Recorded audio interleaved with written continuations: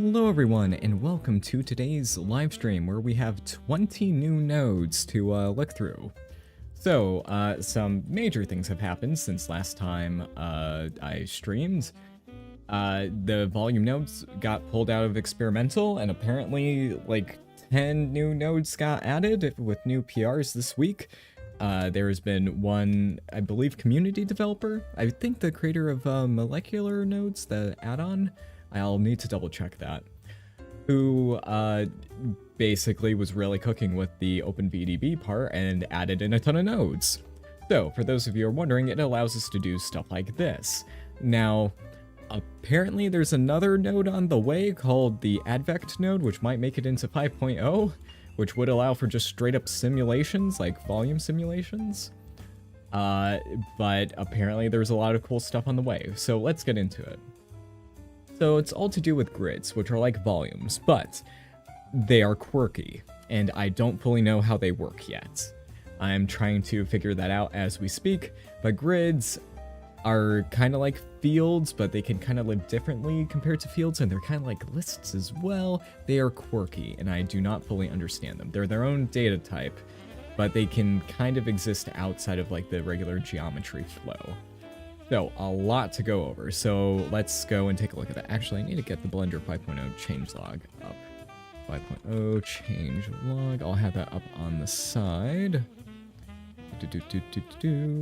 Geometry nodes. So yeah, geometry nodes, there was gonna be good stuff in 5.0 anyway, but we just got like a massive amount of stuff.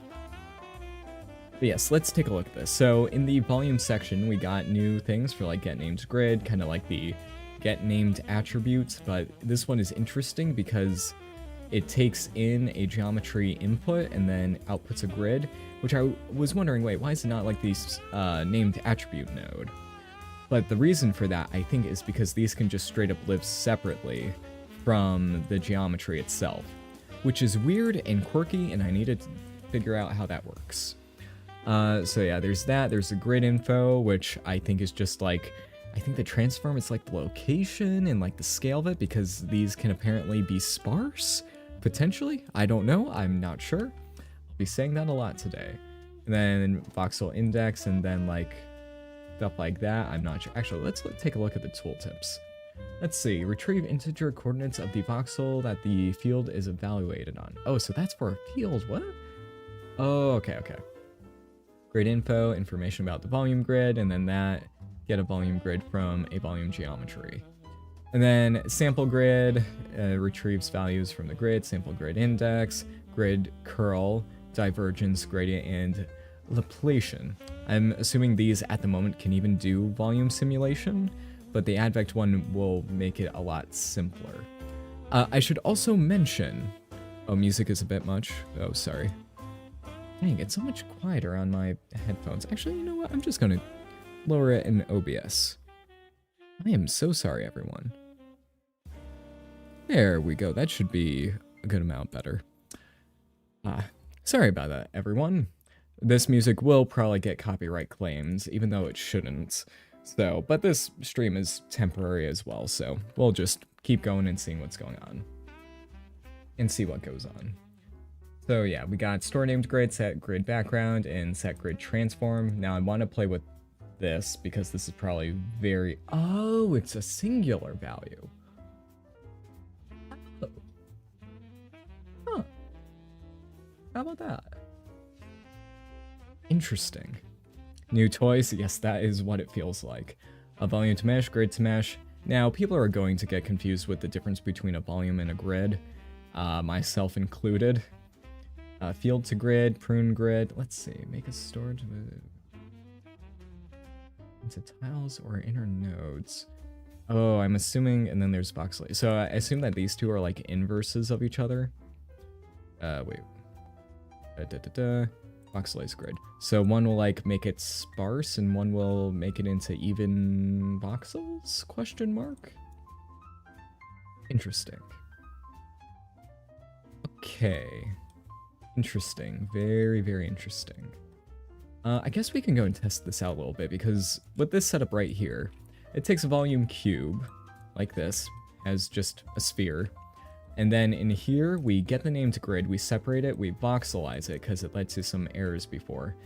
And then we sample the grid, and then we change the field to a grid while keeping the previous topology. I know it's weird. And then we store the named grid. So it's more complicated, and hopefully we can make node groups where the user will never have to do this themselves, because that would be a little bit annoying to do every single time. But I'm assuming that's 100% possible. Okay, so if I do not voxelize the grid, we should see some weird artifacts internally. Yes, right here. Or here, it's a bit difficult to see. But here we can see that that cube is much bigger than it should be. And I'm assuming, actually, wait, is there a grid to points? Grid to points, nope. Okay, I don't think that node is in here yet. I saw someone was working on it. Let's see, points. Points to SDF grid, nope. Points to vertices. Distribute points and grid, nope. Volume, read. No, interesting. Let me just see what I can do. Here. So here we're just going to go and manipulate the value. So a nice multiply right here. Let's set it to be 10. I just want to see what's actually going on in there. I think there was going to be a node where you can turn each of the voxel cells into points and get all the data, but I don't think that's in currently. Not the most important thing in the world, but it would make debugging this a little bit easier. But yeah, we can see the main grid and then kind of the sub grids there. So if I were to voxelize that, we can see... Actually, wait, I can go and just test this normally. Yeah, wow, that is interesting. But why is that? Oh, is this going into the negatives again? Yeah, because the background is -1. So if I just set that to there... Oh, it just disappears into the ether. Okay. Need that to be like at least negative a little bit. Yes, okay. So it doesn't really like it when it's a negative background, but it doesn't fully know how to handle it. Or it could try... No, that wouldn't work. But yeah, we can see that that's happening. That looks normal. When we do this, it just does not work as intended. So you need to actually voxelize the said grid for it to work as intended. And right here we have a resolution of 75 cubed, and performance seems to be fairly standard because all this runs on the CPU, not the GPU, as expected. Let's see. But yeah, what can we do here? So I want to try a few things. Again, getting and setting the attributes are still a little bit weird. Oh, actually, wait a minute. I can just voxelize this beforehand. Although... Yeah, no, that would work. So I need to get it, set it, so it doesn't have to re-voxelize every time. I think. Let's see if this is actually faster. So if we mute that, then let that run, it runs normally. I mean, it is pretty much exactly the same. Well, I guess that's good. Or actually, wait, what? Oh, no, that's... that is just the baking going through its course. Okay, so here we are. That's pretty good. So with this, we can eliminate a node. So we have all that, and that is fine. Let's see what we can do. Actually, let's attach this right here. Oh, nope. Let's get the named grid, bring it over here, check the part right there, and use the viewer to check the singular value, because we can do that now. So if we go into the spreadsheet, 5.0 is looking pretty good. Let's check the viewer node. Go to the, where is the, oh, is that one collapsed by default? Ah, it is, okay. We can see that that is, yep. Interesting, why is it like that?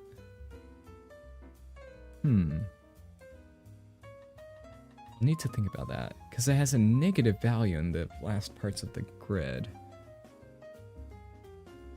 Let's see, is that rotation or scale? I don't know. I forget which parts of the 4x4 matrix are what. But if we set the grid transform, let's actually try that. So here, oh, okay, let me go and bring this over to, we can put that there. Is valid. Intriguing. Most intriguing. And then we can get it afterwards and see what happens. Right there. So that, yep, that's an identity matrix, and no visual changes have occurred. Because I'm looking at the wrong thing. But there we go. So we can see a change has occurred, which is it just being completely eliminated. Combine transform. So what are you? Oh. Oh. Interesting. Why do you act like that? So this is like setting the scale. Oh, is the default scale 111? So this is 75 meters long and such. Oh, that actually makes a good amount of sense. Because that feels like something I would do, and I've actually tried doing volumes like this in the past. Then we can move it as well. Though it seems like volume rendering is a bit funky at the moment. Unless it's just because part of it is negative, even though the lowest value that should exist here is negative 0.1. But that could also happen. Interesting. So... Oh, wait, I think it just clicked. I think it just clicked in my brain. What happens here? So the geometry here is... No, that doesn't make sense. At least a grid is a ton of values, a ton of voxels in space. And then the transform decides where it is. So if you have 75 voxels and you make it fit in a certain space, it'll just go and compress it. But what does the geometry line have to do with this? What does it... Oh, it can hold multiple... Okay. So this can hold multiple grids. That... Okay. I think I got it now. I think I got it now. So if you have multiple grids in a geometry, they don't need to be the same density, the same... They can be sparse, they can be fully voxelized, and so on. You can just store as many volumes as you want in a volume in the geometry line. But the actual grid itself is that. Interesting. I guess it's almost like instances or layers in a sense? Maybe. I'll need to think more about that later. And then getting the voxel index. I'm assuming that's the self index, so the extent. Okay, how many voxels are in one direction? Yes. I remember making a node like this for one of my volume-ish. It was just like a 3D point cloud that you would just go and sample other things. But it's nice that we have this under the hood because that was such a pain to make. Dang, okay.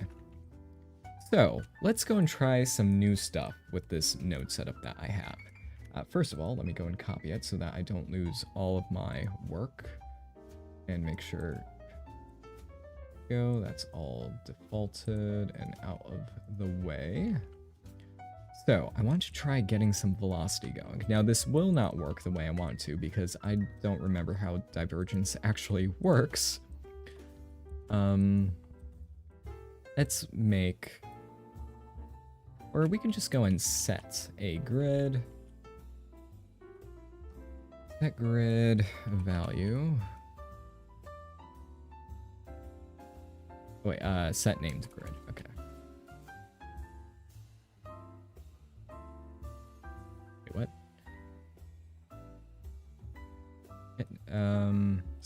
Store. Right. Let's name this vel for velocity. Though, again, this will not work the way I intend, at least on the first 5 goes. So, if we store this here... What am I missing? Oh, fields. Okay. So, this is the quirky part about this. Okay. So, we have the topology, which is just the form of it. This is very quirky. And then we can make that a value. Excuse-moi.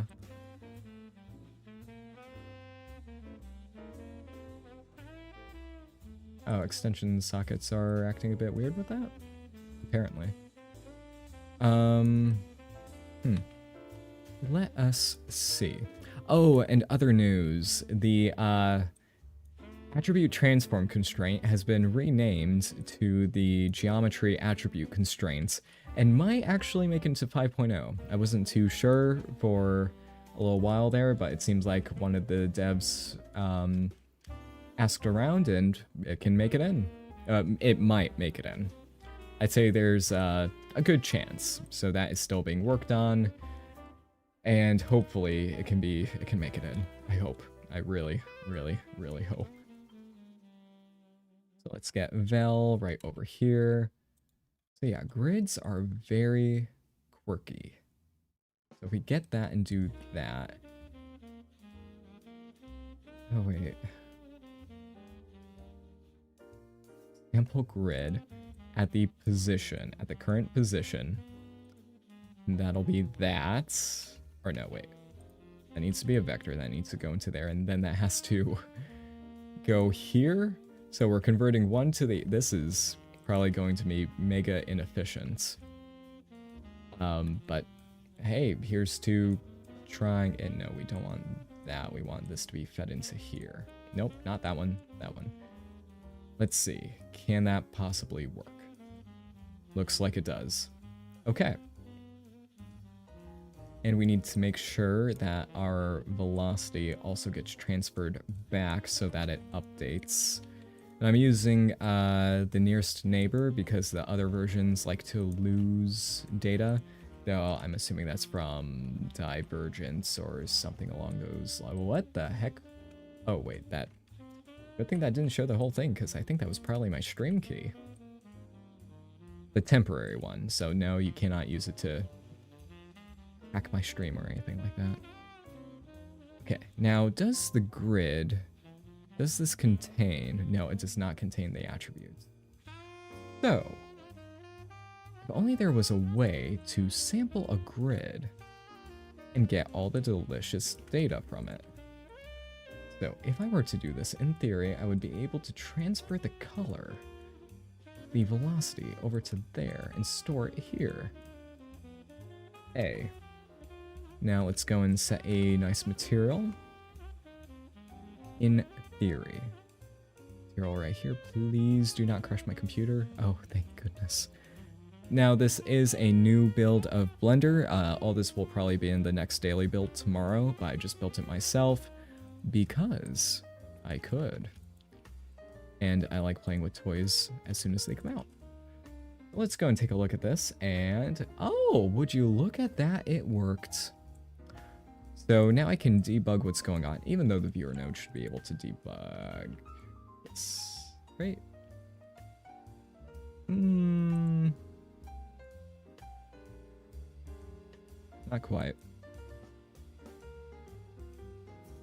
Oh well. I guess we can use this for viewing. So we can see that the velocity apparently is not doing anything. But we are setting the velocity. So it should, at the very least... Oh, that's why. What the hell? Oh. That's weird. I know why that happened, but... Yeah, no, that's quirky. We can sample the grid. Then we do that, and then we sample the grid again, and then we pass that version along. Okay, let's give that a shot. So that is moving the velocity around with everything else, but doesn't do that. So I think that's where the volume, curl, divergence, and stuff would occur. Because if I did that... Oh, whoa, what the... I caused an explosion. I should probably figure out what curl actually does. So grid curl. The magnitude and direction of circulation of a directional vector grid. The magnitude and direction. Wait, how would it know the magnitude and direction inside one vector? I mean, it could just be normalized, but I thought that... And then divergence is how much values like flow and stuff. I know how all this works, 100%. And then we scale depending on the divergence, or maybe that should be like a 1 divided? I do not know. Oh. Fun. Probably didn't do anything though. If I divide by that value, this will probably lead to very good results. Yes, as we can see. Let's try this one.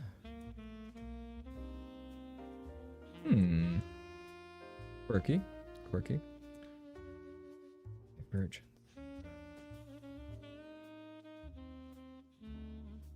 But actually, no, that should be just fine. No, we do need to sample the grid. Okay. This is weird even for me to wrap my head around. Just because, like, grids, it's very different from geometry. Because these grids are kind of separate from it. It's weird. It's very weird. If I think of them like instances, like, oh, here's a grid instance, it makes more sense. Or like lists. It's weird. It's weird.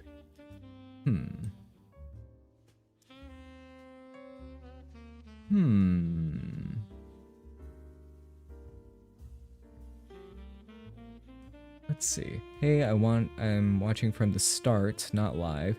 I want to say that by default, SDF grids and density grids are sparse in all of this. Voxelized grid is good for making dense grids. Ah, okay. I did I kind of assumed that after I saw a few of the errors. So in this case, the grid is voxelized. But you're still back in time. You'll make it here soon enough. Let's see. So we got that. So again, the divergence is that. Alright, wait a minute. I have a material here and take a look at the attributes as a volume. Does that actually work?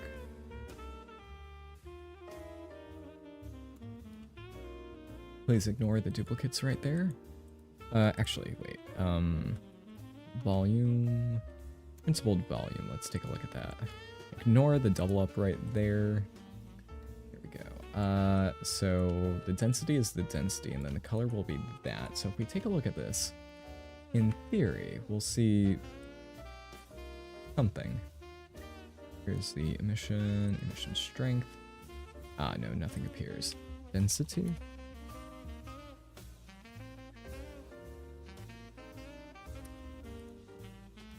I forgot how to reference grid data.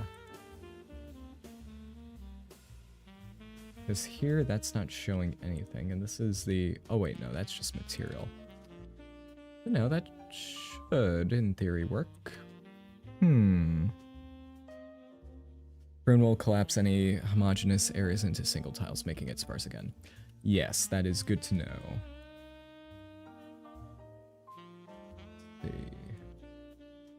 So let's reattach this so that I can view this. Again, I'm very new to this. I have no clue what I'm doing. But I think it'll be fun. Probably.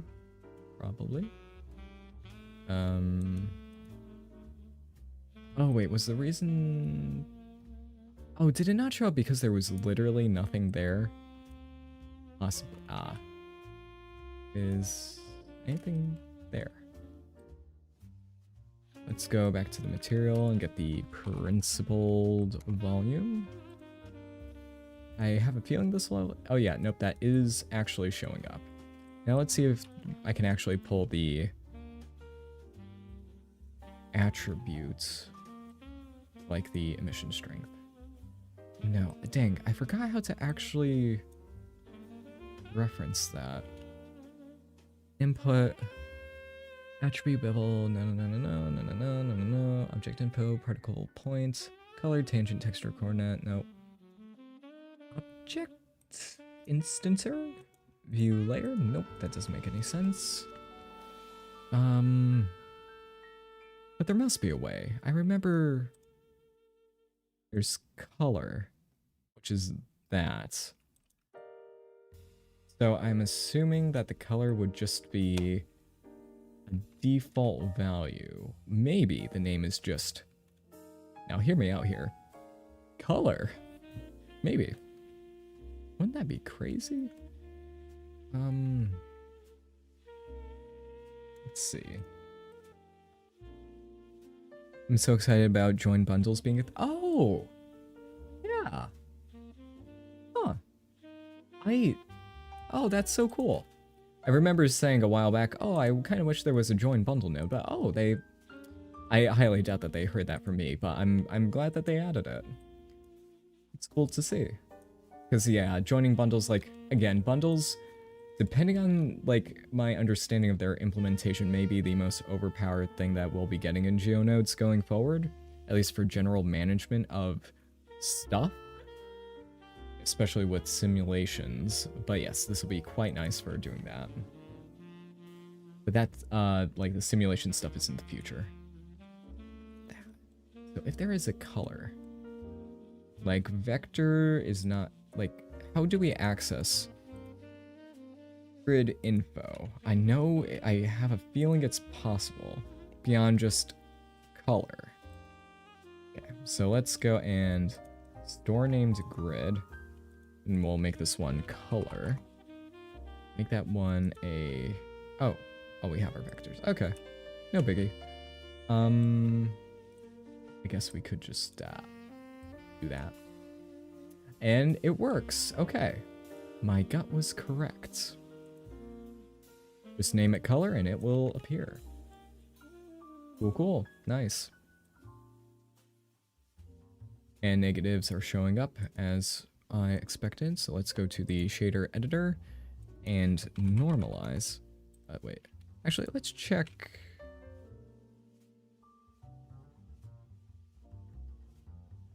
Color. Does that appear there? Oh, that does appear there. Wait, then what about Vel? Oh, Vel also. Huh? Wait, why did that... Huh? Did I just not have this correctly, stored before? Okay, well, that's how you do it.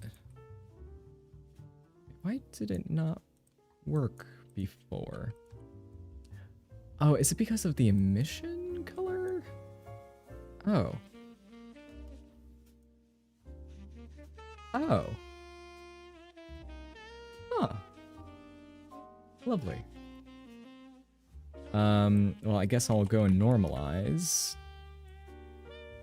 Okay, so I just didn't have the emission strength on, which does sound like me, but I think there's a little bit more going on here. Because that should not occur. 0.001. No, there's some issues going on. So it's at least not entirely my fault? Or maybe just the data I'm sampling is just so out of whack that it just has an aneurysm.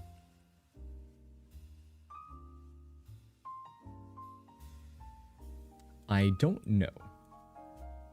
Let's also ABS this. ABS. Absolute. Then scale.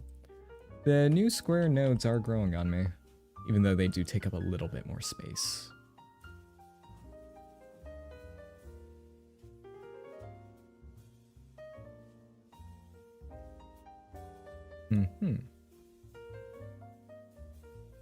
Quite quirky. But anyway, let's just have that one as So let's go. Oh wait, was it that I used get named grid and remove is on by default? That's probably what happened. Okay. Because again, these are like instances. So this would be like get instance, and it would remove it from the original so that there wouldn't be a copy. I think I might be possibly beginning to understand what is occurring at this time. You, I still do not understand. But let's take a look at you. Cool, cool. Still not entirely sure what's going on, but hey.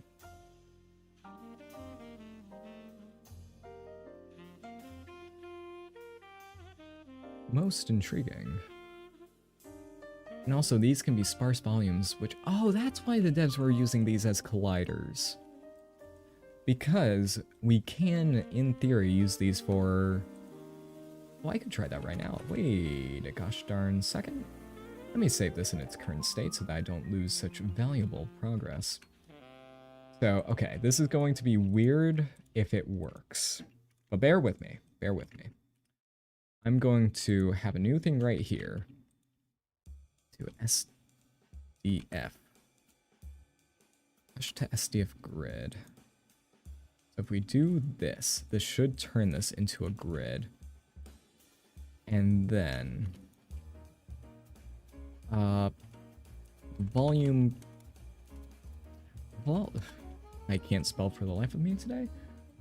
That's nothing new. So SDF grid. So we need to store. Nope. Store named grid. So there are no volumes here. So we need to make a volume, kind of. This will just be a density. And then we need another one for the normal. Or, wait a minute. We can use the mesh. Oh no, volume sample. Gradient? Will that give us the normal? Gradients. Direction and magnitude of the change in values. And divergence is that. So probably not, but maybe. Circulation of a direction. So this, I think, is my best shot. But hey, here's to hoping. So this will be normal. Normal. So we have that, and then if we have, let's say, a ton of points around in the scene, random value. If I could get the hang of this, then I can create so many possibly interesting things, potentially. SDF, collision. So if I do this, and then I sample, sample grid. We do this, and then we get the said grid. We might not even need that. This is probably a terrible, horrible, absolutely atrocious idea. But it might work. 9.4 milliseconds already. That is not a good sign. Yeah, it's mainly just because of that. Okay. So with that, it should be moving the points out of the way. So, if I were to throw these in a sim zone, in theory, and if I were to bake the grids, that might work as well. So let's have this, and then also have a velocity step.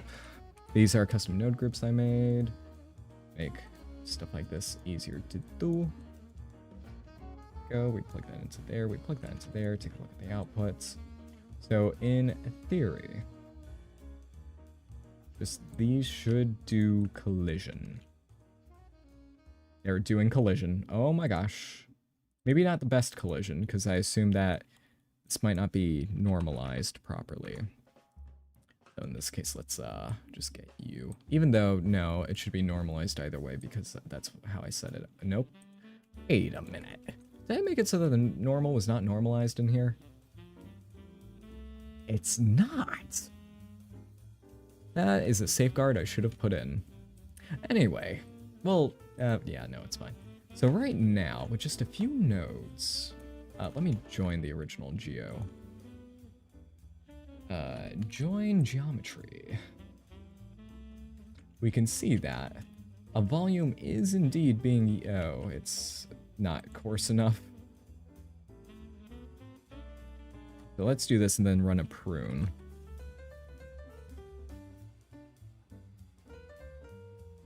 No, it's an SDF grid, so it can't be too pruned. Is this live or pre-recorded? This is pre-recorded. I anticipated your comment from 8 hours in the future. Let's see. Sir, you are hacking advection lol. This will be easier when that lands. Yes. To the person in the past, yes, I am hacking it completely. Totally horrible idea. But again, I know I can do it, I just need to... People have done advection in the past, I just don't have that in my memory at the moment. So now if I do this, they will sit on top because I took the radius into account. So, we don't even need you or you or you, all we need is you and you. So,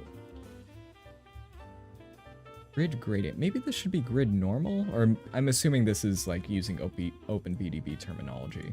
So that's probably the way it's supposed to be referred to. Oh, how about that? You love to see it. So in just a few, yeah, no, that is surprisingly, okay. That was surprisingly easy. So if you treat grids, oh, let me also put that right. If you treat grids like instances or layers, it makes a lot more sense. So let me go and get you, place this right here. So this will be a nice floor. Oh, would you look at that? Though we can see that, uh-oh, wait. 55 milliseconds, oh my gosh. Wait, what is causing 55 milliseconds? Is it because of the prune? I would imagine. Oh yeah, no, it's the prune. And if I, well, no, of course rotating won't do anything because of stuff. So I need to go into edit mode to do that. But yes, getting, okay, so if we do that and then play it again, and then we can move this around, that is pretty good, gotta say. Well, why is that causing it to lag? Oh, wait, that's because of you. Ah, that explains a lot. Okay, so let's turn the bounce down to 0. They'll just fall and not do anything. If we turn it up all the way, they will just bounce into infinity, well, almost infinity, because, well, my implementation of friction and all that was perfect. No problems whatsoever. But yeah. Uh-oh. Oh, those fell because they're literally underneath the, yeah. There we go. You love to see it. And if I added in particle self-collisions, well then that would work. In theory, I could do particle self-collisions. Because I can turn the volumes, the particles themselves, into a grid.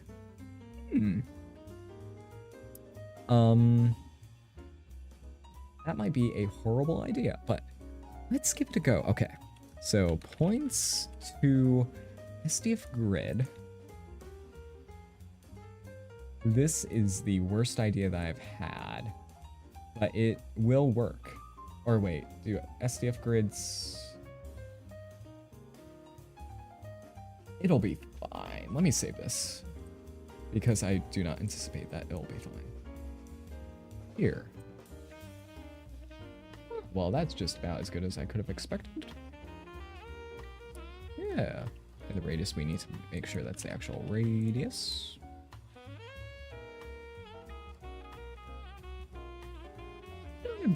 Oh, almost working.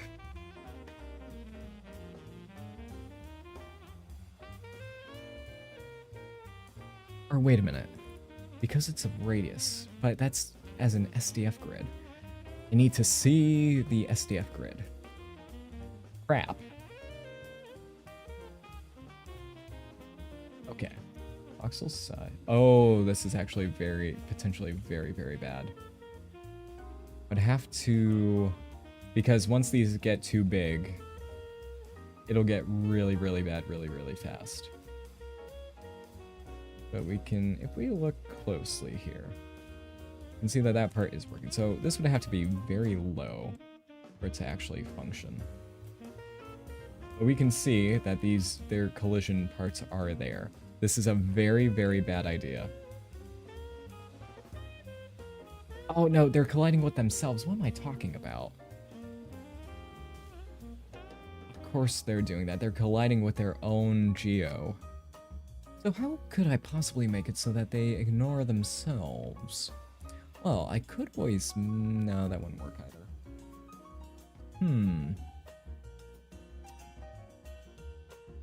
How could I make that actually work? Maybe. If the gradient is less than a certain amount, then don't do anything. Potentially. Crap. This can completely lag and freeze at any moment, just to let you all know. Well, let me go and multiply this by like 0.1 so that we can see what's actually going to occur here. But here, yeah. They are colliding, but yeah, the previous point still stands. Though, I could, oh wait, I could make it so that they're just attracted to... Yeah, no, I could do that. Okay, so let's go and play around with this. So we'll put the sign distance into there, but instead, we're going to set this to be negative. So they're attracted to each other instead of repulsed.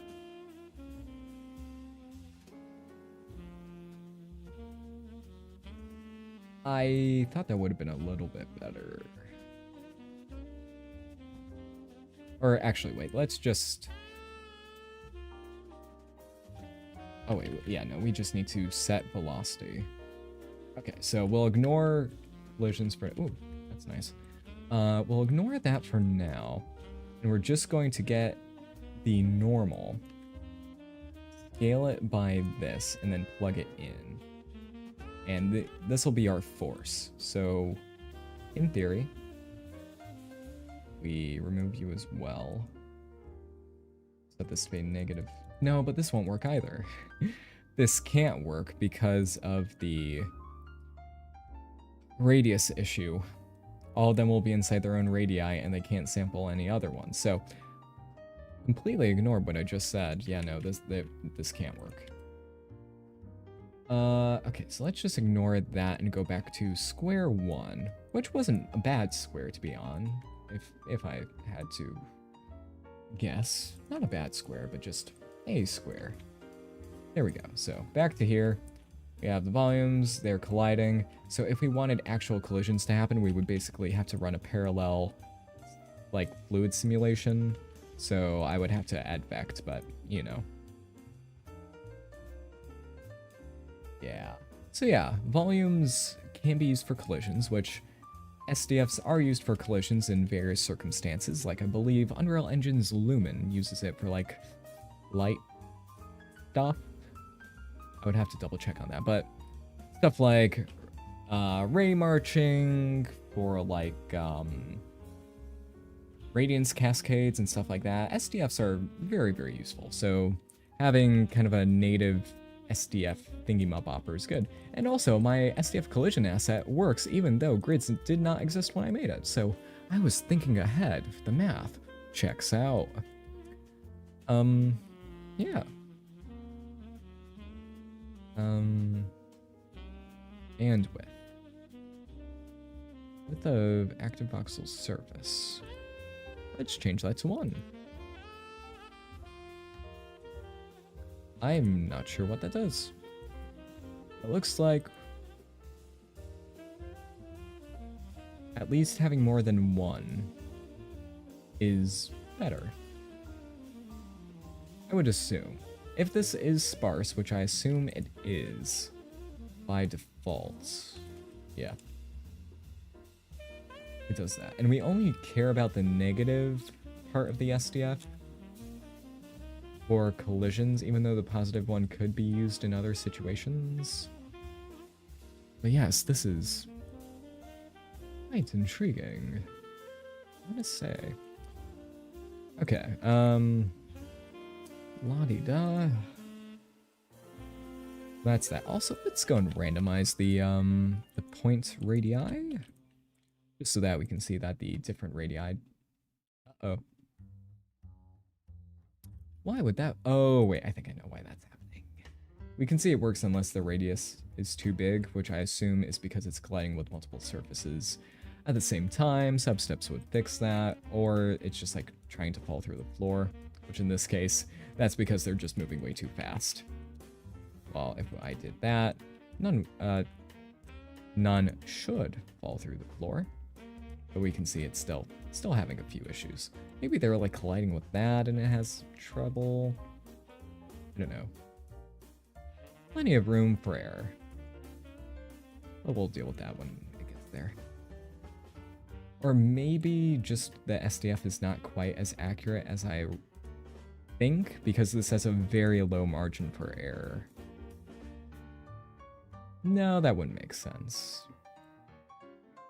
But yeah, we got that. Let's go and make this lean over so that we can see them all fall. We're at 46 minutes. The time just flew by. But actually, yeah, why is that happening right there? Is it treating the radius like a diameter? Or no? No, I don't know why it's kind of hovering there. What happens if the normals were inverted? That could be bad. What is this deal with high poly meshes? Because with just a few cubes, this is very high poly. So if I were to subdivide it a lot, let's see how bad it can get. How many polygons is this?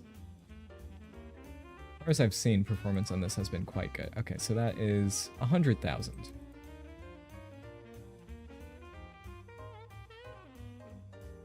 Then that's like that. Okay, so it does scale up quite a bit. That is to be expected. Okay. I guess it's because, yeah, no, that is completely expected. It's like doing it for points on all this. So maybe in these cases, having just regular sampling for the SDF would be good. But there is a point when, like, there's a ratio of particles where calculating the SDF is better than the alternative. So if I had like a bajillion points, let me go and just undo some of the damage I did to this. It would be faster to sample the grid than that. So let's go and do 10,000 particles. That'll be fine. Oh yeah, look at that. Well, no, that's 10,000 particles. Let's go 100,000. 100,000 particles. It's fine. Yeah, look at that.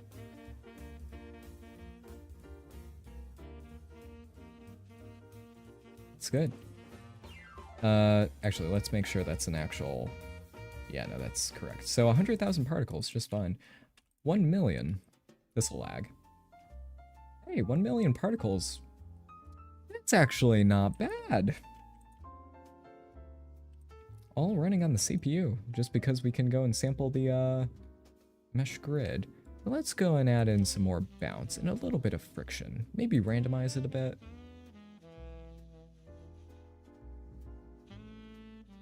One bajillion. What if I made it a billion particles?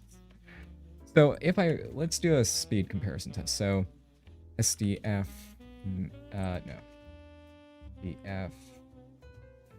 So if I were to do this, prepare yourselves, because this will be horrendously slow. There we go. See? We're getting a nice crisp 3 frames per second. Oh, that's considerably better.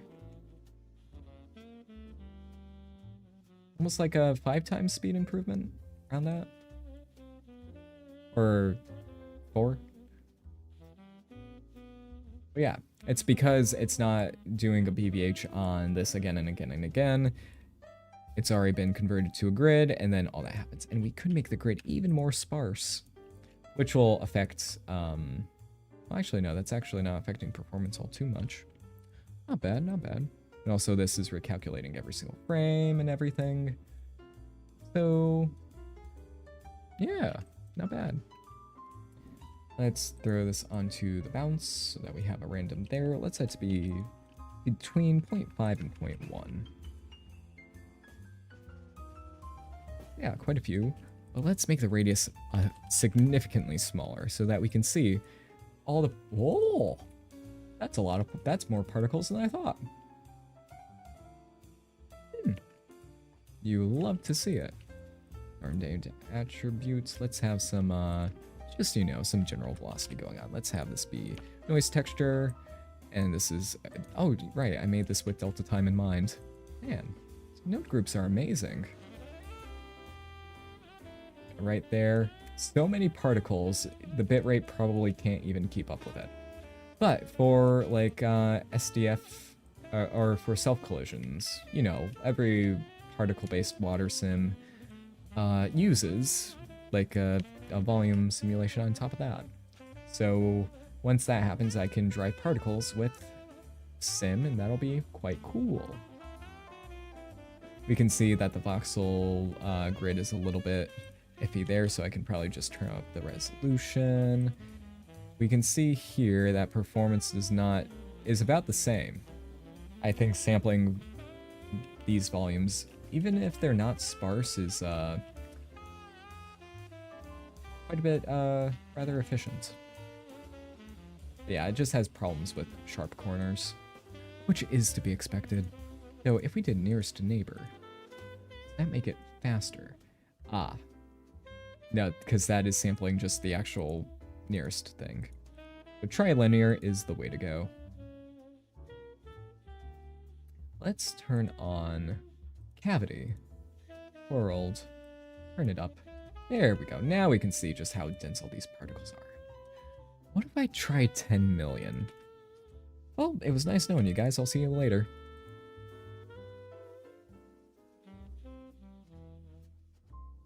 Takes 31 milliseconds just to generate that many. 2,500 milliseconds. Okay. All right. Let's advance one frame. See how long it takes. So it takes around 3 seconds per frame for 10 million particles. For Blender standards, not bad. Well, I guess for just CPU standards, not bad. So this is it with mesh collisions. 10 million of them running at around 1 frame per 3 seconds. Now, if this were on the GPU, you would expect this, this would be real time, like in Touch Designer and stuff like that. But that's because the GPU is specifically made for doing lots of little things in parallel. While the CPU, again, I forget how many cores I have on my thing, but this is doing... I'm giving my CPU a very, very hard time right now. So, I would not recommend doing this normally. So let's go back to sanity. And just have 1 million particles. Pretty good. Let's also get the SDF mesh again, because I just want to see how bad it can be.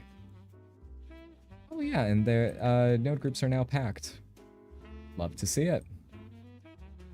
Normal, wait, let's just connect this here and here, as it was. Here.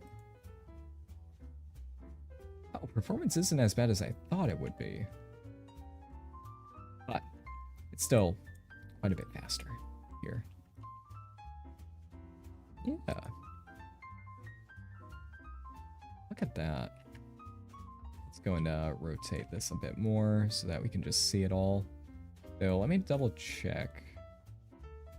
Ah, a few of these are falling straight through. So I probably...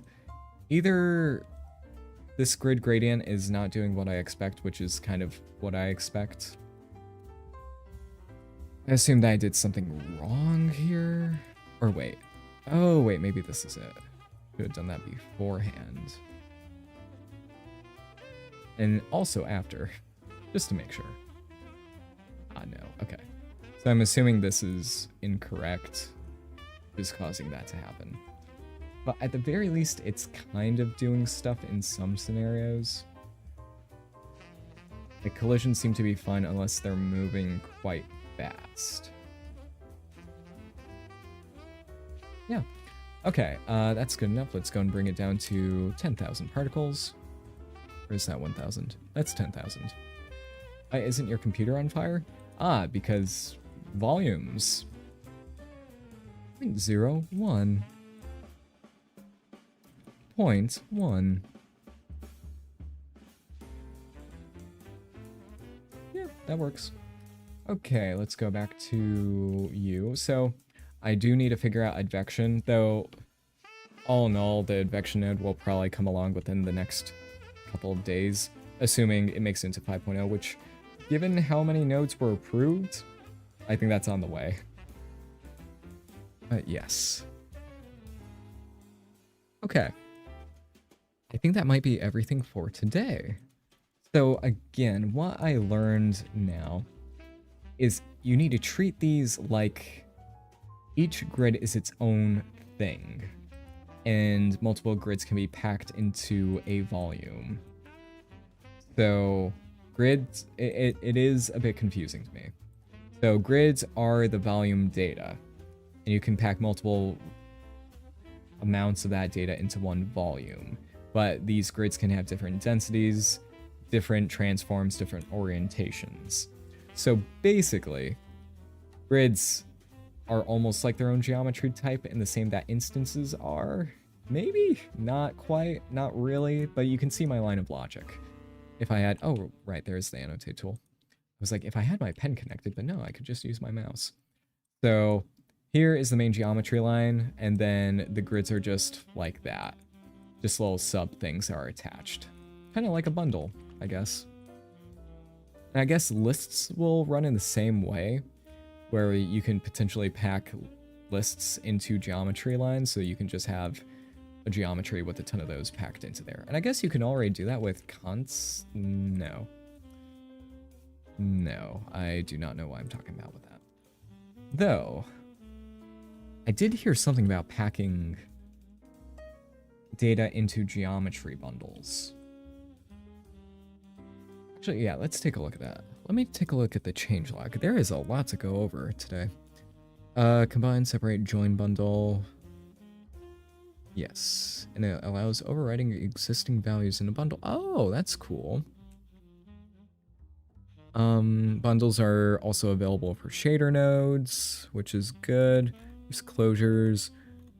The viewer got an upgrade. All right, UV tangents, but I think I went over that. So again, we finally have UV tangents. I remember it might have been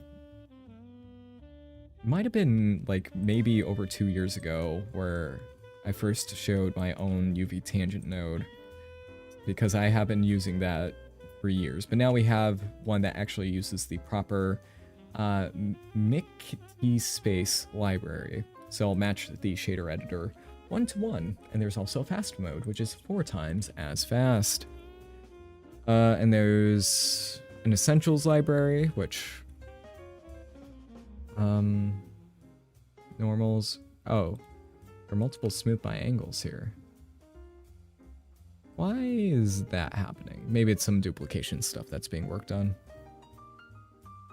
Okay, so there's generate. Oh, and there's why are there duplicates here? I only have one project saved with that. Maybe that's why. There might be some duplication stuff happening.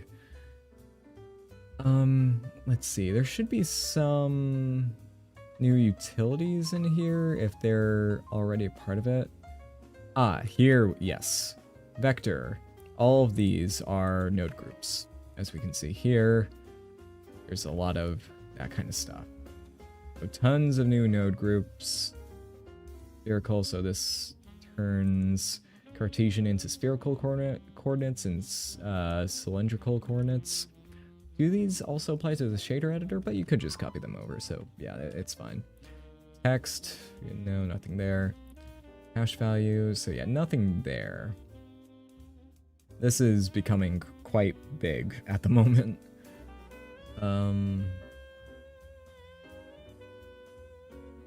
Yes. Random rotation. Yeah, there's some duplication happening, which is a little odd. If we look inside here, yep, that seems accurate. Turning into rotation. Wait, is that a new node? Since when has quaternion to rotation been a thing? Wait. Quaternion to rotation. No, that's... Have I just... Wait, did that exist before? Wait. No? Wait, did that always exist? Did I just miss that? Wait, I need to check 4.5 real quick. Let me go and check that. Hello, we have 31 people here. Welcome to the end of the stream where I'm just doing some other stuff. So, quaternion? Oh! Wait, was that added in? Oh, quaternion to rotation did exist in 4.5. Did I just miss that? If I knew that, I would have been playing around with that a bit more. How about that? What? Let's see. Let me check the 4.5 changelog. Quaternion. Nope, nothing in there. Maybe it's been around for a lot longer. Anyway. That is intriguing. Did I miss a node? I thought I knew every single node that existed. Okay, so back to volumes, which why are you going down? You should be going up. Oh no, the velocity is being set and doing weird stuff. So I'm going to just chop this out for the time, or just not apply it for the time being. And that part right there. And mute you as well.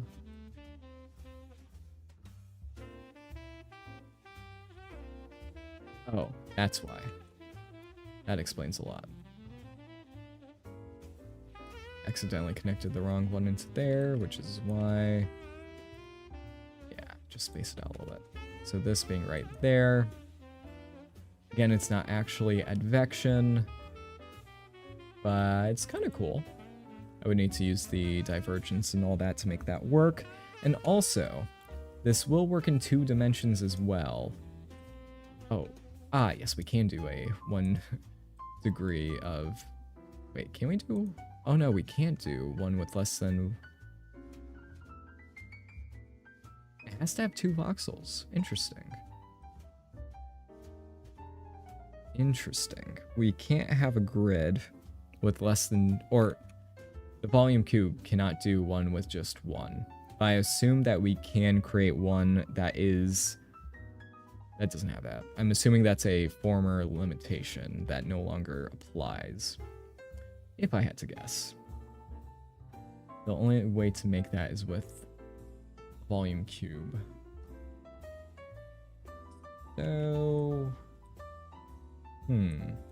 There is most definitely a workaround for that.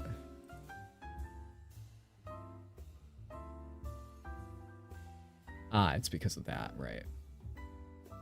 So 2D, I know Houdini, again, I haven't been in Houdini for a while, and I should be in there.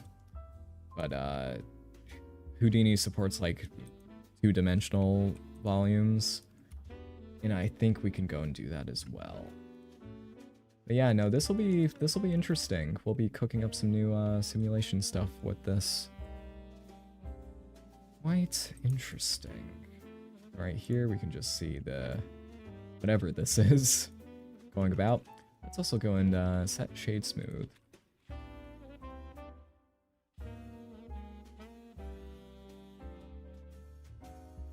Though I still, again, if this was trilinear, we can see that it really likes to disappear on us. Yeah. So nearest neighbor is okay. This is quite interesting. Let me go and get a nice camera set up here because I'll probably post this tomorrow. Yeah. Make it look nice and fancy, you know. Have a black background. Then have that as well. And then, to make it actually look really nice, I just need to throw on an emission color, crank it up a bit, and then, let's go and film like, oh, a few other things. I got it confirmed what I think was a community developer, that the video sequence editor is currently only CPU for the modifiers, so the compositor modifiers, but they're looking into getting it to work with the GPU, not for 5.0, but in the future, which is cool to hear. It being cached helps quite a bit, so let's do that. Go back to GeoNodes, go and get it to be all white. Oh yeah, turn down the saturation. It is normalized already, right? Something doesn't seem right. It's too saturated. Shouldn't be that saturated. Though, I guess there's always AGX, which is so desaturated. But, actually, I could go and pull my Aces thing, but that goes and messes with the bloom quite a bit. We could just do the bloom before. That could work quite well, yeah. Let's go over to standard, and I'm going to pull my Aces color transform node group. File append. Let me try to, yes, it's right here. Node tree, Aces Cinemac, yes. Let's go back to the compositor. So, TM, Aces Cinemac. Let's apply that beforehand, go into the GeoNode tab, take a look at it. We should see the bloom is not working as I intended. So if I do this in post, we'll see. Oh wait, no, that's what I was supposed to do. Accidentally put it beforehand. Let's go back to comp, take that out. Right, because the color transform always has to be done before the bloom, I think. Although, wait, why does it work? Oh no, wait, that makes sense. Yeah. Bloom happens before the color transforms. I had that wrong before. Makes a lot of sense. Here, I could just do some really funky stuff.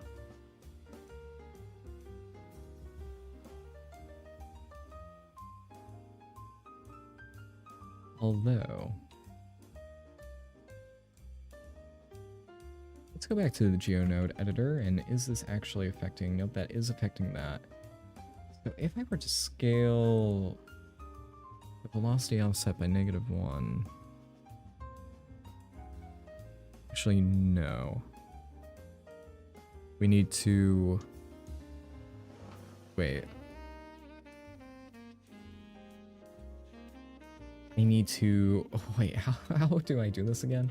I need to set the velocity and then apply the velocity afterwards. So in this case, it would be more like this. So, oh, my brain is really, really straining right now. We don't need to do field to grid, I don't think. What we need to do is get the named grid. My brain, oh, I can feel the gears in my brain just completely halting at the thought of this. Do that. And then we get this and completely break everything. We take that out. We get the position. We plug that into there. And then we plug you. hopefully into here and it doesn't break everything, even though it does. What's going on, buddy? But expects a field or a singular value. I know it shouldn't because I've done this before. So the position.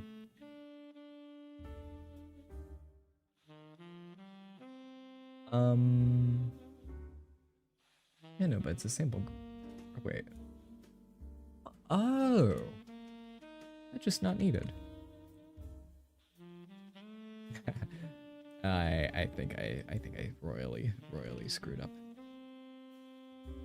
Set that to be 0. Yep, nope, just disappears. Completely expected. Yep. I don't know what I expected, but that was one of them. Yep. Seems good. Seems good to me. Expected a field or a singular value, but...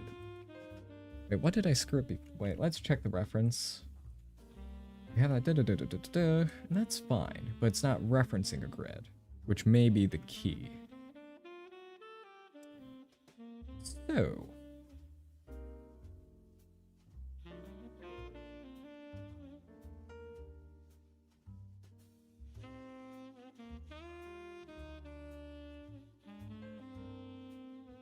I need to use like a grid to field. Let's delete you so that doesn't confuse me anymore. This is complicated stuff.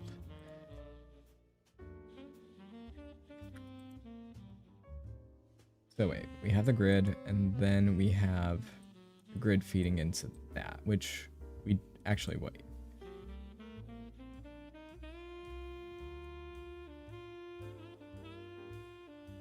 That doesn't want to connect to there. What did I screw up?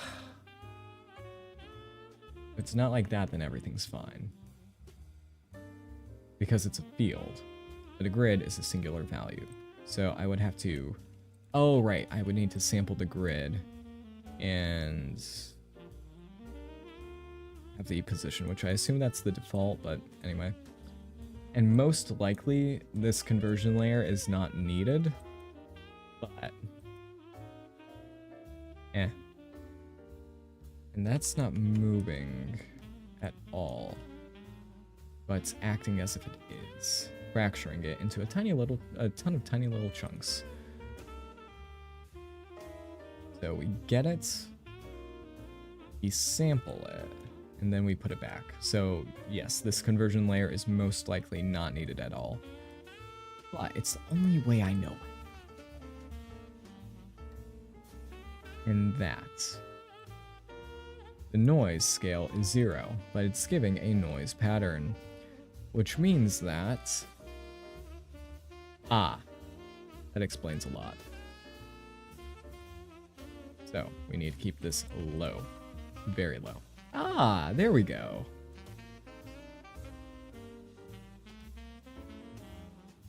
Lovely. Almost Conway's Game of Life-ish.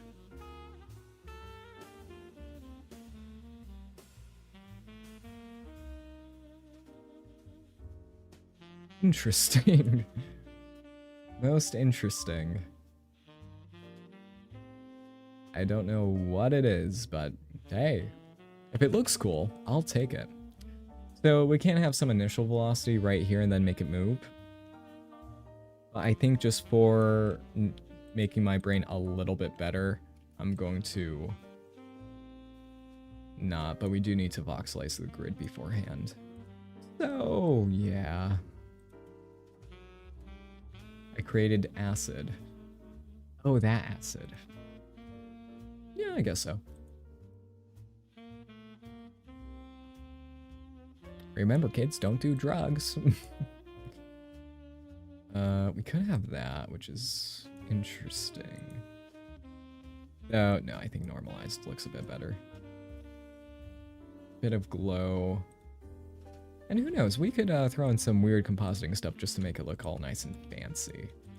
Flare, let's use the new sunbeams.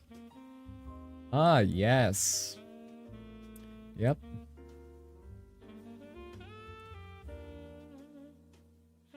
You love to see it.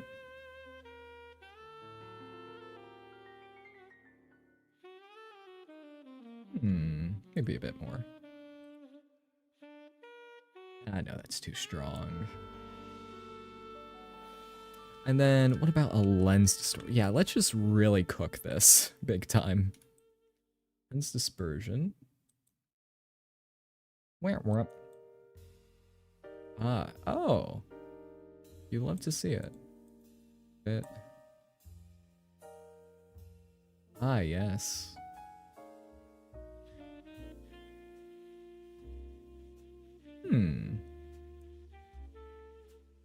Everyone loves chromatic aberration. I hear people love it when you put it in games.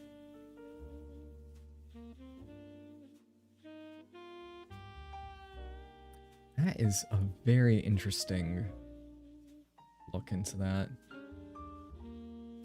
Alright, this loses volume because of the thingy. What was I talking about? Let's also, let's have this be ghosts instead. Strength. Or modulation. Oh yeah, no, that works quite well. And if we turn the strength up, it's just like, oh yeah, really just make them trip. Yeah, no, that's the good stuff right there. I just got a warning. Heads up, we detected audio in your stream belonging to someone else. The stream may be temporarily blocked. I guess apparently this isn't royalty-free music. I thought it was. Well, anyway, temporary stream nonetheless. Yeah, it'll be up for a little while, but yeah.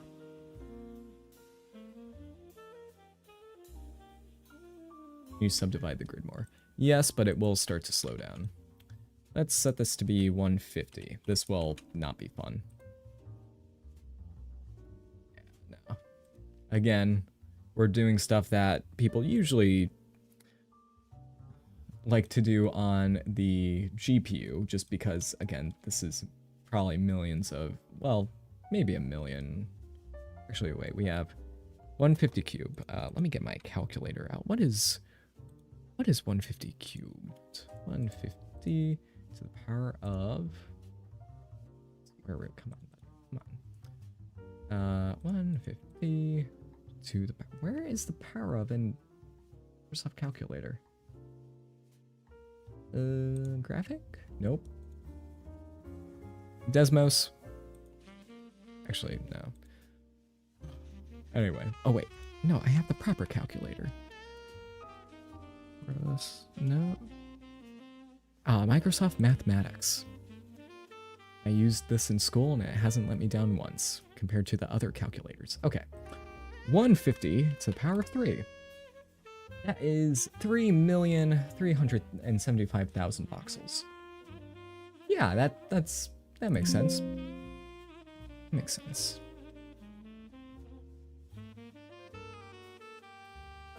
In case you ever want to save a stream with copyrighted music, you can isolate your voice in DaVinci Resolve automatically. Don't know if it's studio only version though.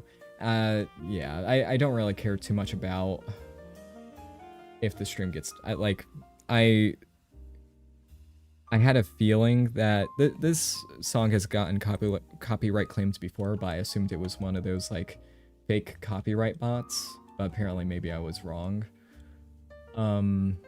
But yeah, I knew that going in. I just wanted different music from the Zelda one that I've been using for the past 15 million years. But yeah, that's what this looks like with more voxels. And it's only a resolution of 150 by 150 by 150. Which I guess is a testament to just how expensive voxels are just because of it being cubed. Alright.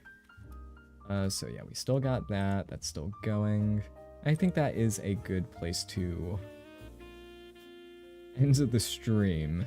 because I've been delaying. We're almost at an hour and 20 minutes. That is a bit too long. I got stuff to do.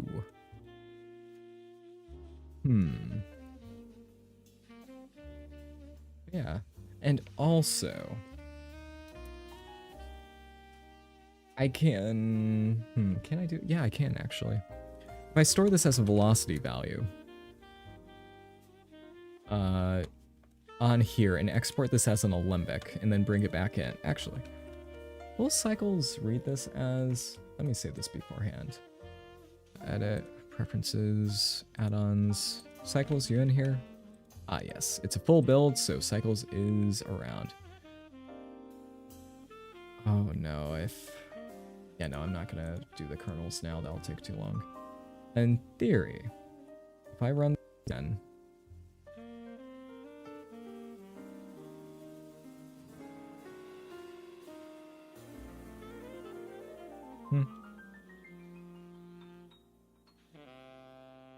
Ah, that's why. I think if I scale or divide this by 24... But no, there's no motion blur at the moment. It's not even enabled. Is it just not... working? Where motion blur? Come on, buddy. You can store the velocity and then the motion blur would work. But right now I can't even see the thing here. GPU is not available. Okay. I'm assuming that's just because this is a build. Preferences. Come on, buddy. Yeah, no, I'll look into that later. Oh my god. Well, that's the end of the stream, everyone. I hope you all enjoyed. Blender just straight up crashed. Yeah, I'm assuming that's just because of a build. But thank you all for watching. I hope you all enjoyed a little look into this. Again, the advection node is probably on the way, and that would make simulations a lot faster. So, like, it would make volume simulations a lot easier to do. I think right now they are possible, but I don't know. I forgot how to do them.